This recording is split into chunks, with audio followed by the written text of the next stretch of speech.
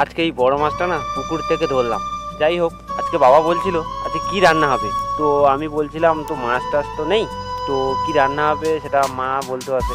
তো মা তখনই বললো তো একটা পুকুর থেকে মাছ ধর। তাই আমি কি করলাম, পুকুরে এসে জাল ফেললাম। জাল ফেলতে ফেলতে পুকুরে রূপচাঁদ মাছ উঠেছিল। তো রূপচাঁদ মাছ খাবে না, আর পুকুরে এমনিতেই এখানে গরম, আর এমনিতেই জলও নেই পুকুরে। তো তাই কি হবে, তাই অনেকক্ষণ ফেলছিলাম, ফেলতে ফেলতে রূপচাঁদ পড়ছিল। রূপচাঁদ পড়ার পর কী করবো, রূপচাঁদ নিলাম। তারপর বললো না রূপচাঁদ নেবো না।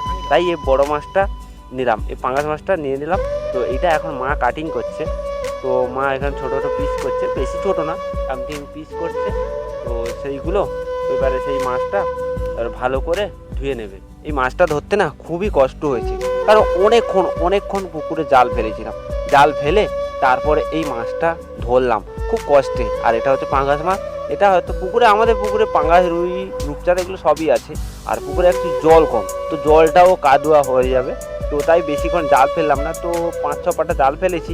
জাল ফেলার পর দেখলাম এই মাছটা উঠলো। তো বাবাকে জিজ্ঞেস করলাম এই মাছটা নেবো। তো বাবা বললো ঠিক আছে এই মাছটা নিয়ে নে, আর কি করবি, কারণ আর তো মাছ পড়ছে না, আর যেগুলো পড়ছে সেগুলো রূপচাঁদ, তো কী হবে, তো এই মাছটাই নিয়ে নে। তো ফাইনালি এই মাছটা নিয়ে নিলাম। নেওয়ার পর মা এই মাছটা কুটছে, কাটাকাটি করছে, কারণ আমাকে বলছিল আমার হাতে একটু সমস্যা আছে, তাই আমি কাটতে পারছি না। তো মাছটা ভালোভাবে মাথা কাটছে আর এগুলো